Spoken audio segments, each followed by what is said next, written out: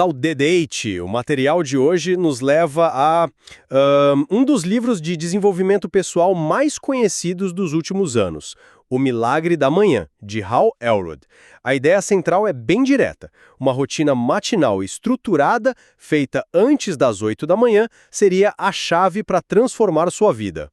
E é exatamente aí que o nosso diálogo começa. A grande pergunta que fica é: será que essa rotina é, de fato, uma fórmula universal para o sucesso, como o livro sugere? Ou seria uma visão, assim, um tanto simplista do que realmente significa desenvolvimento pessoal? Olha, a minha posição é que o método é uma ferramenta prática e muito poderosa. Eu vou defender que ele pode sim gerar mudanças profundas e consistentes para qualquer um que esteja disposto a se comprometer. E eu vou argumentar pelo outro lado. Embora as práticas do livro sejam individualmente muito valiosas, essa abordagem de fórmula única para todos superestima o poder da rotina. Ela acaba ignorando as complexidades e as enormes diferenças individuais que definem o verdadeiro crescimento de uma pessoa. A força do milagre da manhã, para mim, está na sua simplicidade e no foco em resultados. Não é uma filosofia abstrata. É um método que nasceu da necessidade extrema do autor. Hal Elrod passou por duas situações que, quebrariam a maioria das pessoas. Primeiro, um acidente de carro terrível, onde ele foi declarado clinicamente morto por 6 minutos e ouviu dos médicos que talvez nunca mais andasse. Anos depois, já recuperado, ele perdeu tudo na crise financeira de 2008, caindo numa depressão profunda. A lógica dele é clara e poderosa. Para ter uma vida extraordinária, que ele chama de nível 10, você precisa primeiro se tornar uma pessoa nível 10. E essa rotina matinal é o tempo que você dedica intencionalmente para essa transformação. E não funcionou só para ele. O livro está cheio de depoimentos de pessoas que dobraram a renda, emagreceram, melhoraram relacionamentos. Isso, para mim, é a maior prova de que não é algo que funciona só para um tipo de pessoa. Certo. Eu não discordo que as práticas são boas. Meditação, exercício, leitura, claro que são. O problema, para mim, está no marketing, em empacotar tudo isso numa rotina matinal rígida e vender como o milagre. O livro cria um paradigma um pouco perigoso, onde o sucesso parece depender unicamente de você acordar cedo e seguir 6 passos. Mas e a diversidade de pessoas? E os cronotipos? Os famosos notívagos? E os diferentes estilos de vida? Uma mãe com um bebê recém-nascido? Um médico que trabalha em turnos. O livro simplesmente ignora essas realidades. E sobre os depoimentos de sucesso, será que a gente não está olhando isso pelo lado errado? Para mim, isso tem muito mais cara de viés de seleção. Pensa bem, quem se joga numa rotina dessas já está, como o próprio autor estava, desesperado por uma mudança. O motor da transformação não é a rotina. É essa vontade de sair do fundo do poço. A rotina é só a ferramenta que eles encontraram. Ela é um sintoma do compromisso, não necessariamente a causa fundamental dele. Eu entendo esse ponto sobre o viés de seleção, mas o material oferece contra-exemplos bem interessantes. Ele cita o Pat Flynn, um empreendedor digital famoso que se descrevia como uma coruja convicta. Ele relata no livro que, ao adotar a prática, mesmo com resistência, sentiu uma mudança radical na sua concentração e humor. Os testemunhos vêm de todos os tipos, empresários, artistas, estudantes. A ideia central, que eu acho revolucionária, é que a primeira hora do seu dia funciona como o leme do navio. Se você começa o dia com propósito, com intenção, você define o curso para o resto do dia, sabe? Não se trata de esperar a disposição aparecer. A rotina é o que cria a disposição. Peraí, mas essa história do coruja que vira a chave da noite para o dia, isso me soa um pouco forçado. Um exemplo não faz a regra.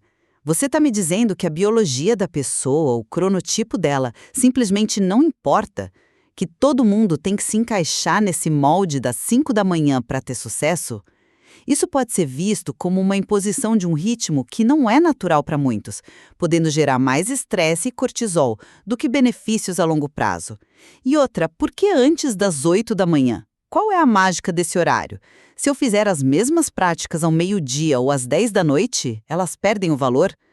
O método parece valorizar mais a conformidade com um sistema rígido do que a real adaptação às necessidades de cada um. A questão não é o horário no relógio ser mágico, mas o princípio por trás dele.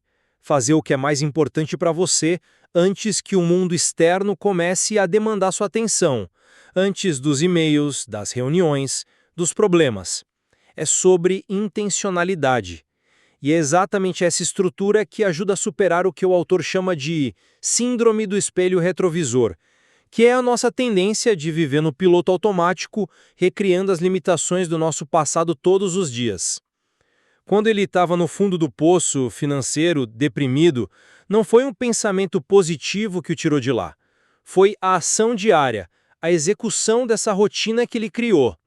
E é aí que entram os salvadores de vida, que é o nome que ele dá para os 6 passos da rotina. Certo, os salvadores de vida. Exato. É um acrônimo, SAVRS. O S é de silêncio, que pode ser meditação, oração. A de afirmações. V de visualização. E de exercício físico. R de reading, leitura. E o último S de scribing, que é a escrita. São práticas consolidadas. Não tem nada de novo aí. A genialidade, para mim, está em combiná-las numa única hora, criando uma sinergia que impulsiona a mudança de forma consistente dia após dia.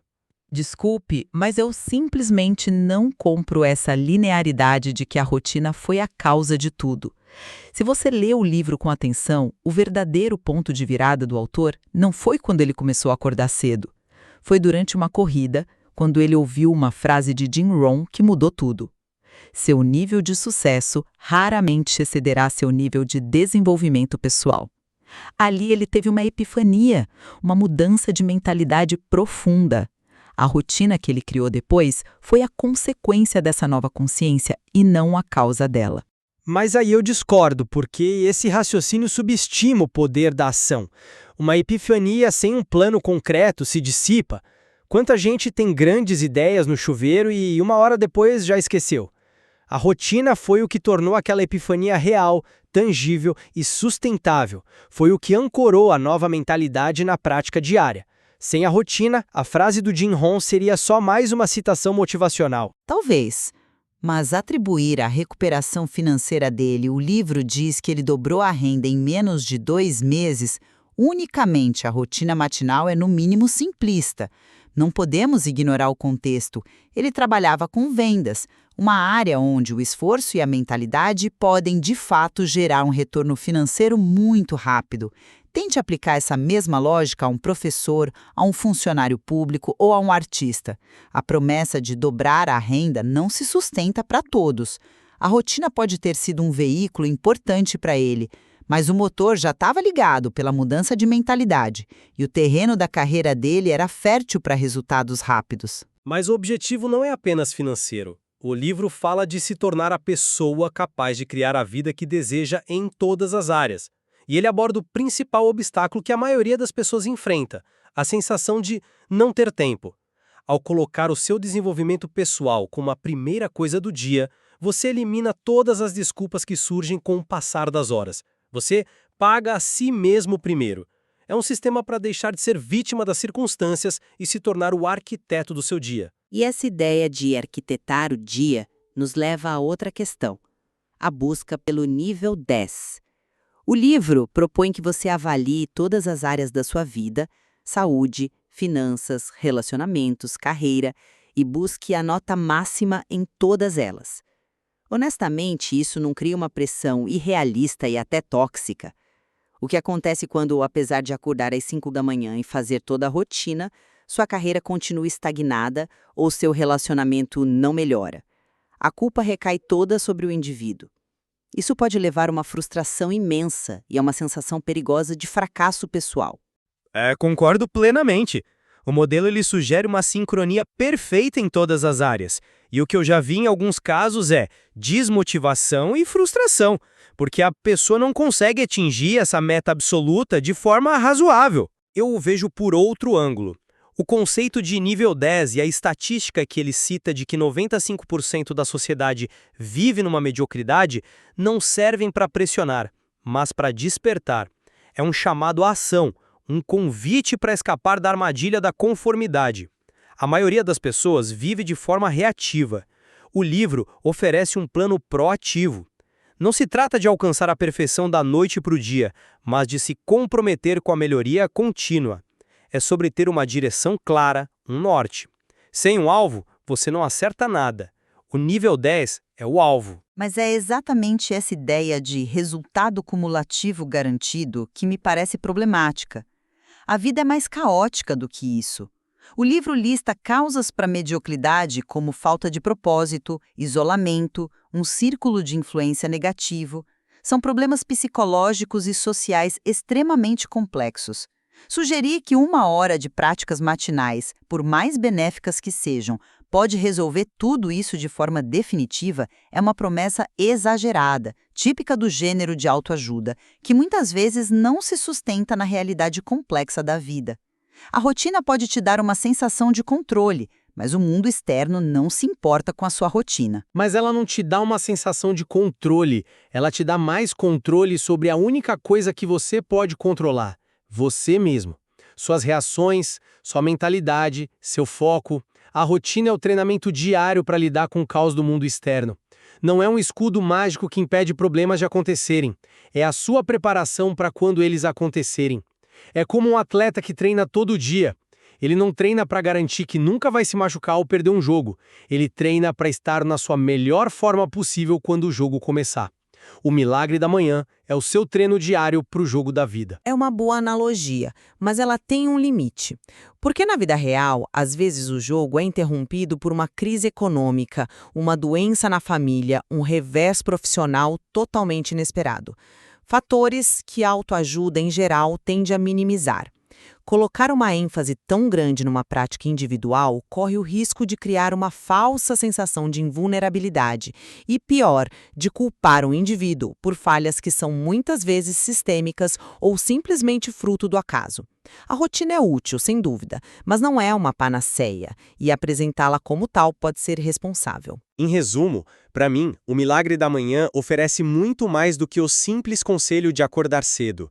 Ele fornece uma estrutura diária e intencional para o autodesenvolvimento, um espaço sagrado que você cria para si mesmo antes que o caos do dia a dia te consuma. A aplicação consistente dos salvadores de vida é um caminho comprovado por milhares de pessoas para superar limitações autoimpostas e construir de forma sistemática a pessoa capaz de criar a vida que realmente deseja. E, por outro lado, embora o valor da disciplina e das práticas individuais seja inegável, a minha principal ressalva continua sendo a apresentação do método como uma solução única e milagrosa. A transformação pessoal é um processo profundamente complexo, confuso e individual. O verdadeiro milagre, talvez, não esteja na rotina em si, mas na decisão interna e profunda de mudar uma decisão para a qual a rotina matinal é apenas uma das muitas ferramentas possíveis e certamente não a única nem a melhor para todos. Fica claro que a busca pelo desenvolvimento pessoal é o ponto central. Nossa divergência está em determinar se existe ou não uma fórmula mais universal para alcançá-la. O material, sem dúvida, nos convida a uma reflexão importante sobre como a estrutura e a intenção que colocamos no início do nosso dia podem, de fato, moldar todo o resto de nossas vidas.